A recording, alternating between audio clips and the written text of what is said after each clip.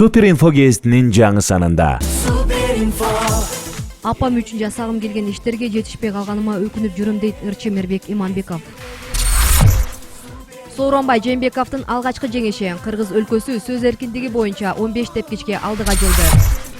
Теле алпаруучу ырчы Айзада Жамгырчиева жигиттерге кайрылуу жасады. Жигиттер, мен стерва эмесмин, коркпой эле үйлөнө берсеңер болот. Жанар Акаев Кыргызстандагы соттордун 99%-ын жаңылаш керек дейт. Казак эл артисти Роза Рымбаева менен маек. Кечи уулум төрөлгөндө атасы кайтыш болуп кетти. Мен үчүн бул аалам башка тарапка жылып кеткендей болду дейт ырчы.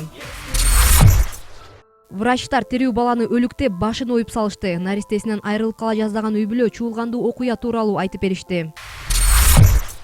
Не ламайм айгүлгүлү, не оторвем, не сломаем деп айгүлгүлүн коргоп интернет жылдызына айланган жигит ким? Суперинфо ал жигитти таап маектешти.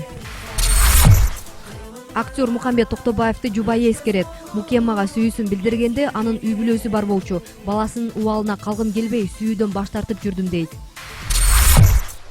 Жеңишбек Жумакадыр тун кызын турмушка узатты. Кудаларга кызымды жетелеп келген маалда көзүмө жаш тегеренип ичим ачышты дейт Токмакын. Подагра оорусун сыра менен эч жаратат. Подагра эмне болгон оору, кантип алдын алса болот? Дарыгер кеңеш берет.